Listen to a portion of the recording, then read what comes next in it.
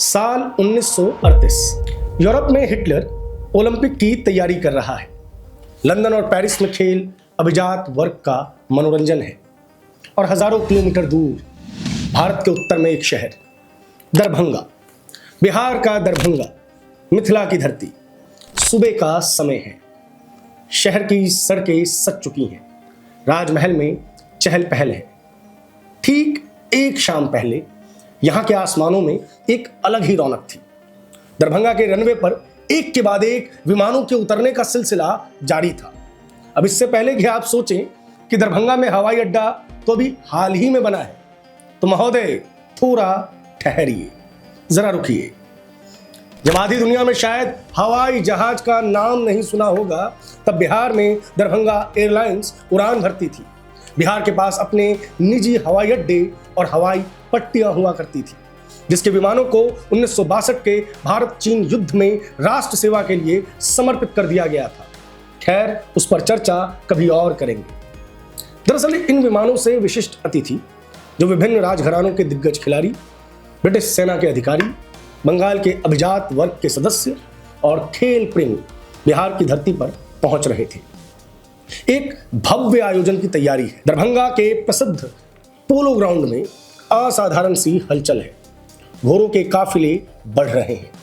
दरभंगा राज के अधिकारी मेहमानों के स्वागत में खड़े हैं। देश के नामी राजघरानों के प्रतिनिधि यहां पहुंचे हैं। जयपुर, जोधपुर, पटियाला, कूच बिहार, कश्मीर और अन्य रियासतों के खेल प्रेमियों की चर्चा हो रही है। यह कोई साधारण आयोजन नहीं है। ये वो दौर है जब पोलो को स्पोर्ट ऑफ किंग्स कहा जाता था और बिहार सिर्फ दर्शक नहीं था, खिलाड़ी था, मेजबान। लेकिन आज उसी बिहार को देखकर कोई नहीं कहेगा कि कभी ये खेलों का इतना बड़ा केंद्र था, कि इसके नाम पर प्रसिद्ध दरभंगा कप हुआ करता था। सॉकर और पोलो में इस राज्य की तूती बोलती थी। आज लोग बिहार को पलायन, गरीबी, अपराध, मजदूरी, अनपढ़, अनगढ़ से जोड़ते हैं। एक समूह की नजर में बिहारी इस देश के ब्लडी इलिटरेट इंडियन है, जिसे जाहिल, निर्धन और निम्न दर्जे का समझा जाता है। जिसे एक पढ़ा लिखा पुलिस वाला बिहारी कहकर गोली ठोक देता है, तो किसी को अपनी भैंस की कीमत बिहारी महिलाओं से अधिक लगती है। बिहारी का शोषण करना उनका जन्मसिद्ध अधिकार हो जाता है, भले ही इस कारण किसी मासूम बिहारी को आत्महत्या करनी पड़े। खैर, इस पर भी बात कभी और। आज जश्न की बात है। आज बिहार की छवि चाहे जो भी हो, लेकिन कभी बिहार की पहचान खेलों से भी थी। और ये कहानी बिहार के उस खोए हुए खेल साम्राज्य की है, जो अब शायद वापस लौट रहा है। नमस्कार, मैं प्रभात रंजन मिश्रा। स्वागत है एक लंबे अंतराल के बाद आप सभी का हमारी विशेष सीरीज बिहार कितना बदला, कितना बदलना बाकी है। साल 2026, तारीख 31 मई, गुजरात का अहमदाबाद, दुनिया का सबसे विशाल नरेंद्र मोदी स्टेडियम, दुनिया की सबसे बड़ी क्रिकेट लीग आईपीएल का फिनाले। मैदान के बीचों बीच आधुनिक क्रिकेट के सम्राट विराट कोहली का जलवा है, तो वहीं बाउंड्री के बाहर क्रिकेट प्रशासन के सबसे शक्तिशाली व्यक्ति आईसीसी अध्यक्ष जय शाह के बगल में नीली जर्सी पहने एक 15 वर्षीय किशोर बैठा है। कमेंट्री बॉक्स में हर कुछ मिनट के बाद बस उसी बालक की चर्चा हो रही है। टीवी स्क्रीन पर बार बार उसकी पारियों की झलकियां दिखाई जा रही है। आज उसे 1-2 नहीं, बल्कि पूरे 5 प्रतिष्ठित पुरस्कारों से नवाजा जाना है। महोदय, इस 15 साल के जाबाज ने 237 के अविश्वसनीय स्ट्राइक रेट से 776 रन कूटकर ऑरेंज कैप पर अपना कब्जा जमाया है। फाइनल की शाम वह most valuable player, emerging player of the season और सुपर सिक्सेस जैसे तमाम खिताबों का निर्विवाद विजेता है। इस खिलाड़ी ने न केवल अपना नाम रोशन किया, बल्कि अपनी माटी के खेल वैभव को इस बुलंदी पर पहुंचा दिया कि आज हर खेल प्रेमी को लग रहा है कि बिहार में एक बार फिर खेल का नया सूर्योदय हो गया है। हम बात कर रहे हैं धुआंधार बल्लेबाज वैभव सूर्यवंशी की। वैभव की इस असाधारण सफलता ने पूरी दुनिया को एक बार फिर पूरब की ओर देखने को विवश कर दिया है।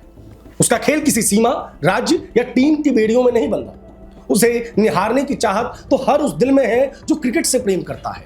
मैदान पर उसने जो प्रतिष्ठा अर्जित की है, उसने लोगों की नजरें फिर से बिहार की ओर मोड़ दी है।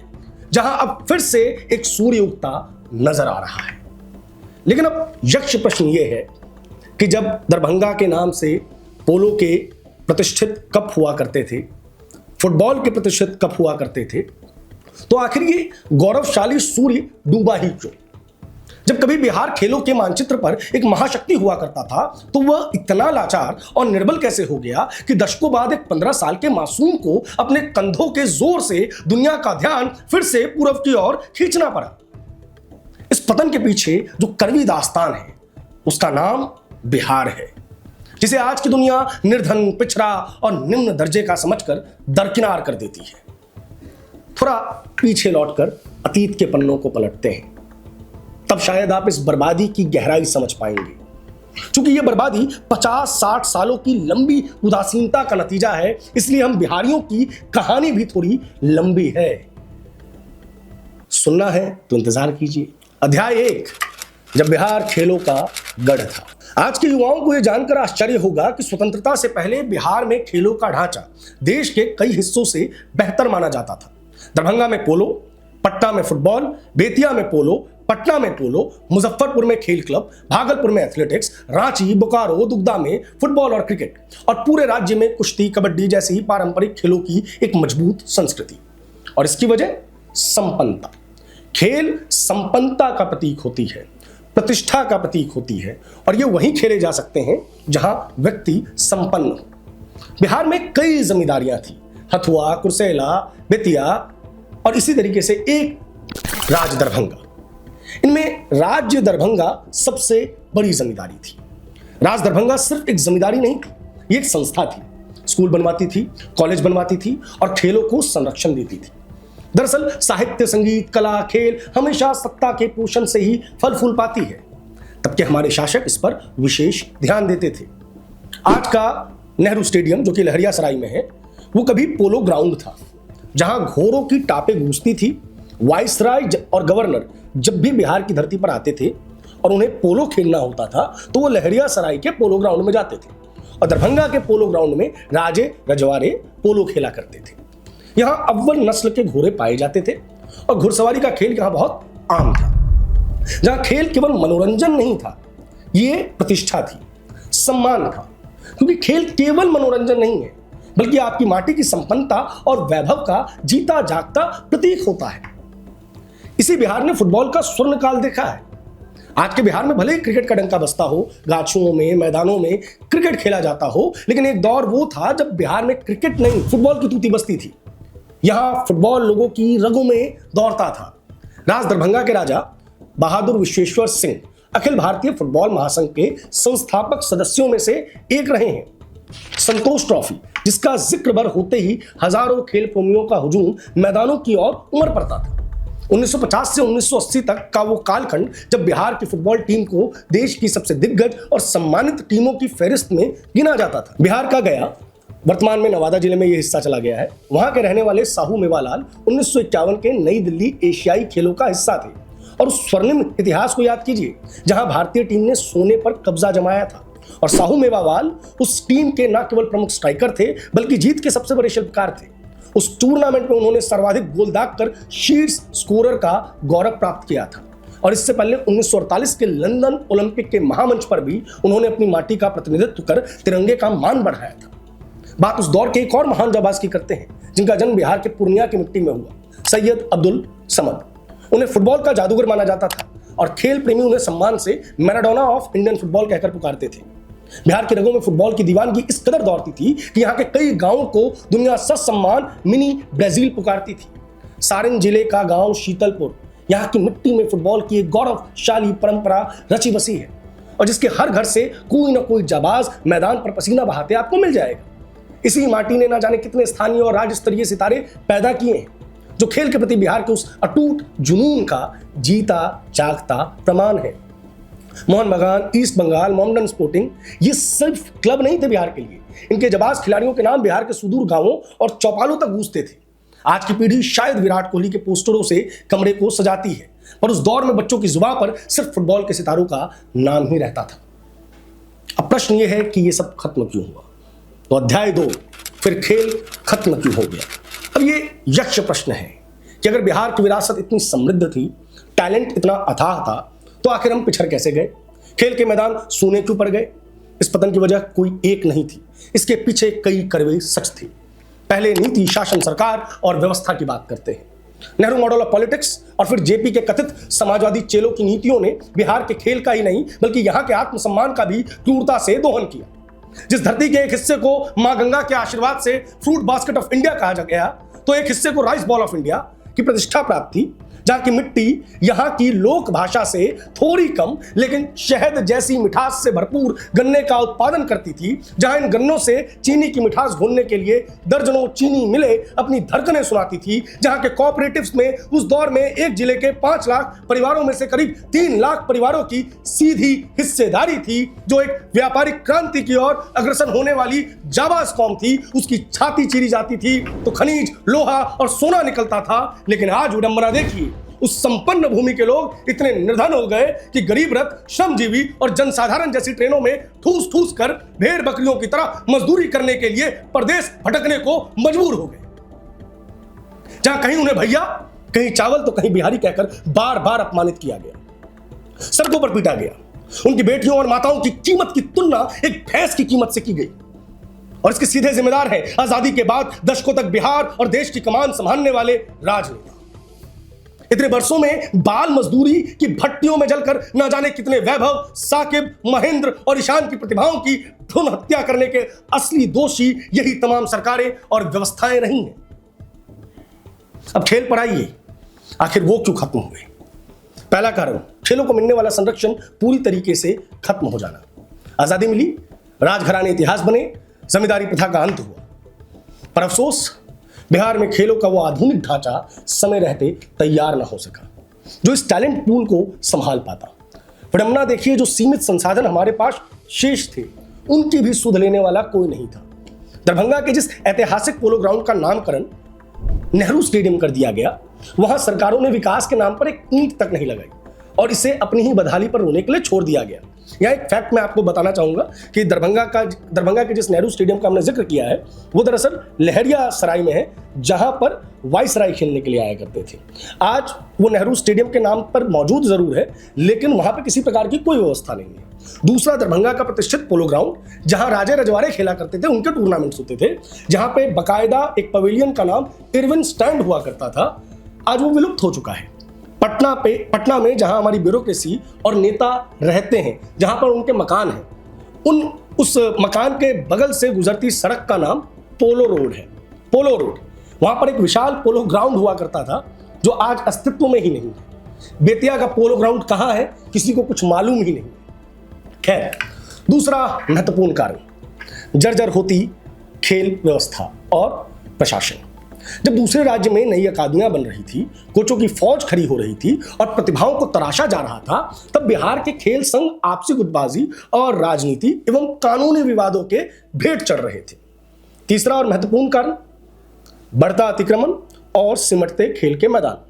हमने बात की पोलो ग्राउंड्स की, जहां कभी बच्चे पसीना बहाते थे, वहां आज कंक्रीट की ऊंची इमारतें खड़ी हैं। जहां ऐतिहासिक टूर्नामेंट होते थे, वहां अब कब्जों और अवैध निर्माण का जाल है। दरभंगा के पुराने बस अड्डे के पीछे वो ऐतिहासिक पोलो ग्राउंड हुआ करता था, जहां लोगों ने अतिक्रमण कर रखा है, कब्जा कर रखा है। लालू के उस तथाकथित समाजवादी दौर की हवाओं में न केवल जमीनों का बंदरबाट हुआ, बल्कि सियासी अतिक्रमण की सबसे बड़ी भेंट सूबे के खेल के मैदान चढ़ी।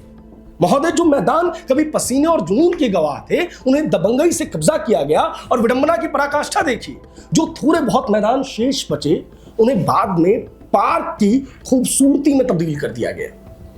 पार्क, जहां पर खिलाड़ियों को ही बैन कर दिया गया। नतीजा यह हुआ कि वहां खिलाड़ियों की एंट्री तो दूर, भविष्य के खेलों की हर संभावना का भी क्रूरता से अंत कर दिया गया। चौथा कारण, सत्ता की उदासीनता और राजनीतिक प्राथमिकता। बिहार की राजनीति में खेल कभी प्राथमिकता या चुनावी मुद्दा बन ही नहीं सका। यहां के लोगों को इतना निर्धन, निर्बल कर दिया गया कि वो 2 जून की रोटी के लिए ही चुनाव लड़ते रह गए। उनके लिए चुनावी मुद्दा सिर्फ ये रह गया कि कौन ज्यादा बेहतर सड़कें दे पाएगा या कौन हमें जंगल राज से मुक्ति दिलवा पाएगा। इसलिए खेल कभी बिहार की प्राथमिकता बन ही नहीं पाया। नतीजतन इस क्षेत्र में आवश्यक निवेश कभी पहुंचा ही नहीं और इसका हश्र बिहार अपनी माटी से हीरे जैसे खिलाड़ी तो पैदा करता रहा, लेकिन उन्हें कभी उचित अवसर मिले ही नहीं। अध्याय 3, बिहार का सबसे बड़ा दर्द। भारत का सबसे विशाल टैलेंट पूल होने के बावजूद बिहार अपनी माटी के लालों को, अपनी प्रतिभाओं को रोक पाने में सर्वथा विफल रहा। और यकीन मानिए, यही इस प्रदेश का सबसे गहरा और चुभने वाला दर्द है। जरा ठहरिए और गहराई से विचार कीजिए। महेंद्र सिंह धोनी, ईशान किशन, इन दिग्गजों की जड़ें, इनकी रगों में दौड़ता खून इसी भूभाग का है। पर अफसोस, अपने अरमानों को उड़ान देने के लिए, अपनी मेहनत को सफलता में बदलने के लिए इन्हें बिहार की चौखट लांघनी पड़ी। धोनी का जन्म उस रांची में हुआ जो तब बिहार का एक अभिन्न हिस्सा था। आज भले ही वो झारखंड है, लेकिन यक्ष प्रश्न आज भी जस का तस खड़ा है। क्या उस दौर में बिहार के पास वो सामर्थ्य था? क्या वैसा कोई खेल ढांचा मौजूद था जो माही को विश्व पटल का वे सितारा बना पाता जो वो आज है? अब बात ईशान किशन की, जिनका जन्म पटना की गलियों में हुआ, खालिस बिहार का बेटा। मगर विडंबना देखिए, घरेलू क्रिकेट के मैदानों में पसीना उन्हें झारखंड के लिए जाकर बहाना पड़ा। आखिर क्यों? जवाब साफ है, क्योंकि प्रगति के अवसर और संभावनाएं वहीं थी। Steel Authority of India, Coal India जैसी तमाम महारत्ना और नवरत्ना कंपनीज वहां पे अपनी क्रिकेट टीम्स बनाती थी। वो खिलाड़ियों को स्टाइपेंड्स देती थी और खेल प्रतिभाओं को निखारती थी। सिस्टम ने, सरकार ने वहां भी कोई खास मदद नहीं की, लेकिन बिहार के बंटवारे के बाद ये बड़ी कंपनीज झारखंड के हिस्से चली गई। इसीलिए वहां पर किसी तरीके से महेंद्र सिंह धोनी सर्वाइव कर पाए, ईशान किशन सर्वाइव कर पाए। ये यहाँ के लचर और जर्जर सिस्टम की करारी हार है, जिस पर कोई चर्चा नहीं करती। अध्याय 4, सबसे बड़ी विडंबना। अब आपको रूबरू कराते हैं एक ऐसी हकीकत से जो पूरे बिहार के तंत्र को आईना दिखाने के लिए काफी है। तेजस्वी यादव, जिनके पिता ने सूबे की कमान संभाली, जिनकी माता मुख्यमंत्री की कुर्सी पर बैठी रही, जिनका कुनबा दशकों तक सत्ता के शीर्ष केंद्र में काबिज रहा, चाहे वो देश की सत्ता हो या प्रदेश की। पर जब बल्ला थामने और क्रिकेट की पिच पर उतरने की बारी आई तो विडंबना देखिए, उन्हें भी बिहार से नाता तोड़कर बाहर का रुख करना पड़ा। जरा तनिक सोचिए, जिस परिवार की मुट्ठी में राज्य की सर्वोच्च राजनीतिक शक्ति कैद थी, जब उस घर का चिराग भी बिहार में अपने खेल के सपनों के लिए एक आदत मंच नहीं तलाश सका, तो आम लोगों का क्या होगा? ये किसी व्यक्ति विशेष की नुक्ताचीनी नहीं है, ये उस खोखले सिस्टम की असली तस्वीर है। अगर एक मुख्यमंत्री का बेटा सुरक्षित भविष्य के लिए परदेश जाने को मजबूर हो तो कल्पना कीजिए उस आम किसान और मजदूर के बेटे की क्या बिसात रही होगी। अध्याय 5, फिर भी बिहार ने हार नहीं मानी। लेकिन महोदय, कहानी यहीं खत्म नहीं होती, क्योंकि बिहार की इस मिट्टी में कुछ तो खास है। यह हार मानना नहीं जानती। कीर्ति आजाद आए 1983 के उस ऐतिहासिक विश्व कप विजेता टीम का गौरव बने। सेमीफाइनल में उन्होंने एक बेहतरीन विकेट लिया जिसने भारत की जीत की नींव रखी। फिर महेंद्र सिंह धोनी आए, भारत को विश्व पटल पर विजेता बनाया। ईशान किशन आए, वनडे क्रिकेट के मैदान पर दोहरा शतक जड़कर तहलका मचाया। उनका कमबैक आज भी तमाम बिहारियों के लिए एक उम्मीद है कि हमारा भी कमबैक ईशान किशन की तरह ही होगा। और अब नई पीढ़ी का एक चमकता सितारा सामने आया है, वैभव सूर्यवंशी। वैभव सूर्यवंशी एक नई सुबह। अध्याय 6, एक साधारण सा परिवार, बेहद सीमित संसाधन, लेकिन आंखों में पलते बहुत बड़े सपने। वैभव केवल एक खिलाड़ी मात्र नहीं है, वह एक सशक्त संदेश है। संदेश यह कि प्रतिभा आज भी बिहार की रगों में जिंदा है। समस्या कभी प्रतिभा के काल की नहीं थी, समस्या तो सिर्फ और सिर्फ उचित अवसर की थी। आज आईपीएल जैसे बड़े मंचों पर भी बिहार के जाबाज खिलाड़ियों की चर्चा होने लगी है। ईशान किशन, वैभव सूर्यवंशी और ना जाने कितने ही अन्य युवा, साकेब, मुकेश एवं अन्य। यकीन मानिए, ये तो अभी केवल शुरुआत है, असली मंजिल तो अभी बाकी है। वैभव सूर्यवंशी जब विश्व के सबसे तेज गेंदबाजों की आंखों में आंखें डालकर अपने बल्ले से प्रहार करते हैं तो सिर्फ गेंद पर चोट नहीं लगती है, चोटिल होती है वो व्यवस्था जिसने दशकों तक ऐसी प्रतिभाओं को बाल मजदूरी करने के लिए विवश किया। न जाने कितनी प्रतिभाओं का पलायन के कारण अकाल मृत्यु प्राप्त हुई, न जाने कितनी संभावनाओं का अंत उनके प्रारब्ध से पहले ही हो गया। ये 15 वर्षीय खिलाड़ी इतना महत्वपूर्ण इसलिए है क्योंकि इसने वो क्रांति की है जिसकी उम्मीद में 13 करोड़ की आबादी वर्षों से प्रतीक्षा कर रही थी। ये सत्य है कि बिहार के पास धोनी रहे हैं, लेकिन जिस तरह बिहार की जो मिट्टी सोना, यानी खनिज संपदा उगलती थी वो अब झारखंड के हिस्से में है, ठीक उसी तरह धोनी भी झारखंड के हिस्से चले गए। हालांकि हम बिहारियों ने कभी धोनी को पराया नहीं माना। वैभव सूर्यवंशी इसलिए भी खास है कि आईपीएल के मात्र अपने दूसरे सीजन और पहले फुल सीजन में इस 15 वर्षीय बालक ने अपने आप को वहां खड़ा किया है जहां विश्व के सर्वश्रेष्ठ बल्लेबाज सचिन तेंदुलकर और आज के दौर के सबसे बड़े बल्लेबाज विराट कोहली खड़े हैं। इस बालक को अपने पहले फुल सीजन में ही ऑरेंज कैप मिली है। इस ऑरेंज कैप को विराट कोहली और सचिन तेंदुलकर जैसे दिग्गज खिलाड़ियों ने भी हासिल किया है। इस 15 वर्षीय बालक ने क्रिस गेल जैसे महान क्रिकेटर का रिकॉर्ड तोड़ा है और अपने आप को उस फहरिस्त में भी शामिल किया है। इसने एबी डिविलियर्स जैसे दुनिया के सबसे बड़े एंटरटेनर की लिस्ट में अपने आप को शामिल किया है। इस 15 वर्षीय बालक ने अंतर्राष्ट्रीय क्रिकेट को यह दिखाया है कि उसका आगमन उसके नाम से बड़ा है और यह आगमन सिर्फ उसका नहीं है, ये 13 करोड़ बिहारियों का है जो लगातार दस्तक दे रहे हैं कि हां हम में टैलेंट है, बस हमें अवसरों की तलाश है। और अब अध्याय 7, बदलाव की आहट। पिछले 5 वर्षों में पहली बार खेलों को लेकर बिहार में कुछ बड़े बदलाव दिखाई दिए। खेलो इंडिया यूथ गेम्स 2025, देश भर से हजारों खिलाड़ी बिहार पहुंचे। राजगीर स्पोर्ट्स कॉम्प्लेक्स का निर्माण हुआ, यहां आधुनिक सुविधाएं हैं। राष्ट्रीय स्तर के आयोजन हुए। 2025 खेलो इंडिया यूथ गेम्स में बिहार ने अब तक का अपना सर्वश्रेष्ठ प्रदर्शन किया और इस पूरी प्रतियोगिता को होस्ट भी किया। राज्य ने 36 पदक जीते और पिछली तुलना के अनुसार बहुत बेहतर सुधार दर्ज किए। और ये केवल शुरुआत है, मंजिल नहीं है। पहली बार लोगों ने महसूस किया कि बिहार केवल खिलाड़ियों को बाहर भेजने वाला राज्य नहीं है, बल्कि खुद भी खेलों का केंद्र बन सकता है। अध्याय 8, बिहार का भविष्य। कल्पना कीजिए अगर 13 करोड़ की आबादी वाले राज्य में हर जिले में अकादमी हो, हर ब्लॉक में मैदान हो, हर स्कूल में खेल अनिवार्य हो, तो कितने ईशान निकलेंगे, कितने धोनी निकलेंगे, कितने वैभव निकलेंगे। हरियाणा की आबादी बिहार की तुलना में बहुत कम है, लेकिन ओलंपिक मेडल सबसे ज्यादा है। तो बिहार में ऐसा क्यों नहीं हो सकता? प्रतिभा है, जनसंख्या है, और यहाँ की जनसंख्या यहाँ के लिए अभिशाप नहीं वरदान है, क्योंकि ये इस जनसंख्या के भीतर जुनून है। जरूरत केवल सिस्टम की है और यह सिस्टम बदलाव मांग रहा है। आज दरभंगा का पोलो ग्राउंड शांत है, लेकिन उसकी मिट्टी सब जानती है। उसने राजे महाराजे देखे हैं, उसने संतोष ट्रॉफी का जुनून देखा है, उसने फुटबॉल का स्वर्ण काल देखा है, उसने पतन देखा है और शायद अब पुनर्जागरण भी देखेगा। कभी बिहार में खेल देखने देश के बड़े बड़े घराने आते थे, फिर एक ऐसा समय आया जब बिहार अपने खिलाड़ियों को भी रोक नहीं पाया। लेकिन इतिहास का नियम है, जो समाज अपनी विरासत को पहचान लेता है उसे कोई ज्यादा देर तक पीछे नहीं रख सकता। धोनी ने रास्ता दिखाया, ईशान ने उम्मीद जगाई और वैभव ने नई सुबह का संकेत दिया। और आपको लगता है कि अगर हम महेंद्र सिंह धोनी, वैभव सूर्यवंशी और ईशान किशन के बारे में जो कह रहे हैं वो अतिशयोक्ति है, तो आईपीएल के 18 सीजन तक जिस एक खिलाड़ी की झलक पाकर हॉटस्टार और तमाम सैटेलाइट चैनल्स जिनकी टीआरपीज उछाल मारती थी, वो अविभाजित बिहार का ही एक बेटा था। और 18वें सीजन में के बाद जब उस बल्लेबाज ने मैदान को अलविदा कह दिया अनौपचारिक रूप से, तो जिस बालक को देखने के लिए भीड़ उमड़ी वो भी बिहार का लाल है। तो ये नई सुबह के संकेत है। और हाँ, अगर ये अतिशयोक्ति है तो वैभव, धोनी और ईशान ने जो किया है वो भी अतिशयोक्ति है। अब फैसला बिहार को करना है। क्या वो फिर से खिलाड़ियों को बाहर भेजेगा या दुनिया को बिहार आने पर मजबूर करेगा? क्योंकि बिहार खेलों में नया इतिहास नहीं लिख रहा, यह अपना खोया हुआ इतिहास वापस लेने निकला है।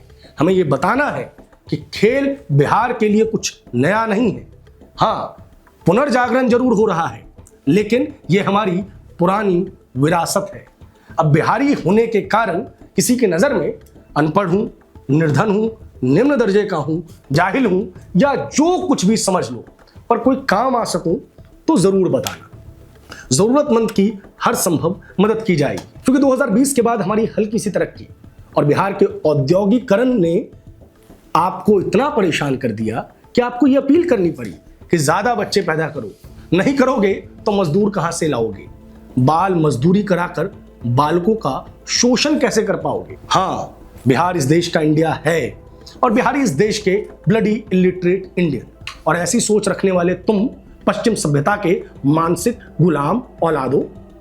बाकी तो जय बिहार, क्योंकि अपराध है तो प्रशासन भी हमसे है, सोए हैं तो जगाने का काम भी हम ही करते हैं, मजदूर हैं तो मालिक भी हम ही हैं, अनपढ़ है तो ज्ञानी भी हैं, अनगढ़ हैं तो संस्कारी भी हैं, दर्शक हैं तो अब खिलाड़ी भी हैं, बिहारी हैं तो भारतीय भी हैं। जय बिहार, जय जय बिहार, जय भारत। बहुत बहुत शुक्रिया, बहुत बहुत धन्यवाद। अगर आपको ये हमारी रिपोर्ट पसंद आई हो तो हमारे चैनल को सब्सक्राइब जरूर करें। इस पूरी रिपोर्ट में जो हिस्टोरिकल कॉन्टेक्स्ट है उस चीज़ के लिए हमारी मदद की है मशहूर हिस्टोरियन तेजकर झा जी ने। राज दरभंगा, जिसका हमने बार बार इस पूरी स्टोरी में जिक्र किया है, उस पर अगर आपको विस्तृत रिपोर्ट देखनी है तो हमारे चैनल पर मौजूद है, उसका लिंक हमने डिस्क्रिप्शन में डाल दिया है। खेल भावना और थोड़ा सा बिहारी अल्लड़पना लाने में हमारे साथी रजनीकांत सिंह ने भी इस स्टोरी में हमारी मदद की है। इस वीडियो रिपोर्ट पर आपका जो भी मानना है उसे कमेंट बॉक्स में जरूर दर्ज कराएं, और अगर आप चाहते हैं कि हम अपनी ये सीरीज जारी रखें तो इसके बारे में भी कमेंट बॉक्स में जरूर बताएं। बहुत बहुत शुक्रिया, बहुत बहुत धन्यवाद।